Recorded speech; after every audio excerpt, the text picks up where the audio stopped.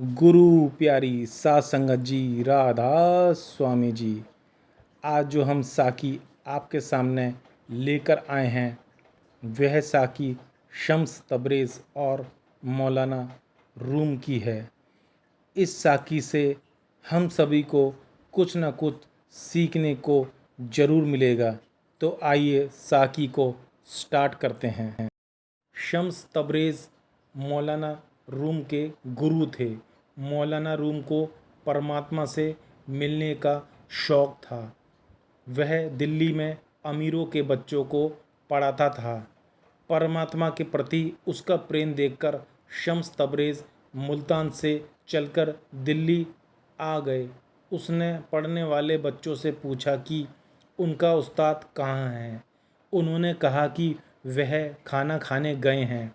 शम्स तबरेज़ ने उन लड़कों की सारी किताबें और कॉपियाँ तालाब में पानी में फेंक दी। लड़के रोने लगे कि उस्ताद जी आकर मारेंगे। शम्स तबरेज़ ने कहा, तुम्हारा उस्ताद तुम्हें कुछ नहीं कहेगा क्योंकि वह मेरा शागिर्द है। लड़के कहने लगे, वह आपके शागिर्द हैं पर हम उनके शागिर्द हैं, हम क्या करें, वह हमें मारेंगे। इतने में मौलाना रूम आ गए और शम्स तबरेज़ से पूछा कि वह कब आए। शम्स तबरेज़ ने कहा, बस अभी आया हूँ।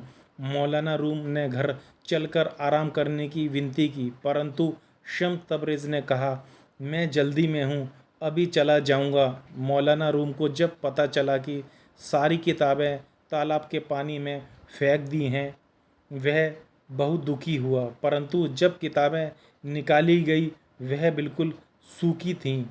मौलाना रूम भी खुश हुए और कहने लगे, आप घर चलकर खाना तो खाओ। शम्स तबरेज़ ने कहा, खाना यहाँ ले आओ। मौलाना रूम ने कहा, मुझे तो आपसे मृतक का भेद पूछना था कि जीव मरने से पहले कैसे मरता है। शम्स तबरेज़ ने कहा, इस भेद को बताने की कीमत देनी पड़ेगी। मौलाना रूम ने कहा, तन मन धन हाजिर है। गुरु ने कहा, मुझे तुम्हारा तन मन धन नहीं चाहिए। आप एक कुंवारी लड़की, एक शराब की बोतल और थोड़ा सा मांस लाकर एक कमरे में बंद कर दो, फिर तुम्हें मृतक भेद यानी मरने से पहले मरने का तरीका बतलाऊंगा। मौलाना उसी समय गया और तीनों चीज़ें लाकर पेश कर दी। लड़की से कहा, शम्स तबरेज़ जो कुछ कहें मान लेना, इनकार मत करना। शम्स तबरेज़ के साथ उसको एक ही कमरे में बंद कर दिया। 1 घंटे बाद राजा दरवाज़ा खोला। वहाँ लड़की अकेली थी। मौलाना ने उसे पूछा कि शम्स तबरेज़ कहाँ हैं, तो उसने कहा कि वह उसी समय दरवाज़ा बंद करके पीछे की तरफ खिड़की से निकलकर चले गए थे और कह गए कि अगर मौलाना ने मरने का तरीका पूछना है तो मुल्तान में खामोशों की नगरी में आ जाए। मौलाना के दिल में इश्क और अनुराग था। वह जल्दी ही मुल्तान पहुंच गया। वहां जाकर एक आदमी से पूछा कि खामोशों की नगरी कहाँ है। उसने कहा, आप स्नाए और पढ़े लिखे लगते हो, खामोशी की कोई नगरी होती है। उसी समय वहाँ से एक मस्त फ़कीर जा रहा था।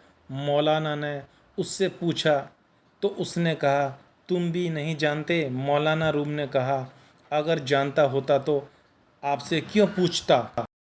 मस्त फ़कीर ने कहा कि कब्रिस्तान में चले जाओ, वहाँ सारे खामोश हैं, कोई नहीं बोलता, वही खामोशों की नगरी है। वहाँ जाकर देखा तो पीर जी खुद वहाँ बैठे थे। कहने लगा, आपने तो कमाल कर दिया। मांस मंगवाया, शराब मंगवाई, लड़की मंगवाई, पर ना कुछ खाया ना पिया और तुरंत वहाँ से आ गए। शम्स तबरेज़ ने कहा, भाई तुम पास हो गए। दुनिया में आदमी सारे काम कर सकता है परंतु अपनी लड़की पीर के हवाले नहीं कर सकता। तुम तो ज़रूरत पड़ने पर अपना सिर भी दे सकते हो। अब बताओ तुम क्या चाहते हो। उसने कहा, मुझे मृतक भाव का तरीका बताओ। पीर ने कहा, खजूर पर चढ़ जाओ, 40 फुट ऊंचा पेड़ था। वह उस पर चढ़ गया और कहने लगा कि अब बताएं। पीर ने कहा, अब छलांग लगा दो। मौलाना ने छलांग लगा दी और साथ ही कहा, हाय मैं अब मर गया। पीर ने उसे नीचे गिरते हुए संभाल लिया। देखो, मृतक भाव का भेद पाने के लिए शिष्य को कितनी परीक्षाएं पास करनी पड़ती है। तो साथ संगत जी, आशा करता हूँ कि शम्स तबरेज़ और मौलाना रूम की इस साकी से हम सभी को कुछ न कुछ सीखने को ज़रूर मिला होगा। तो जल्दी ही मिलते हैं एक नई साकी के साथ। जब तक आप अपना और अपने परिवार का ध्यान रखिए। आप सभी को दोनों हाथ जोड़कर प्यार भरी राधा स्वामी जी।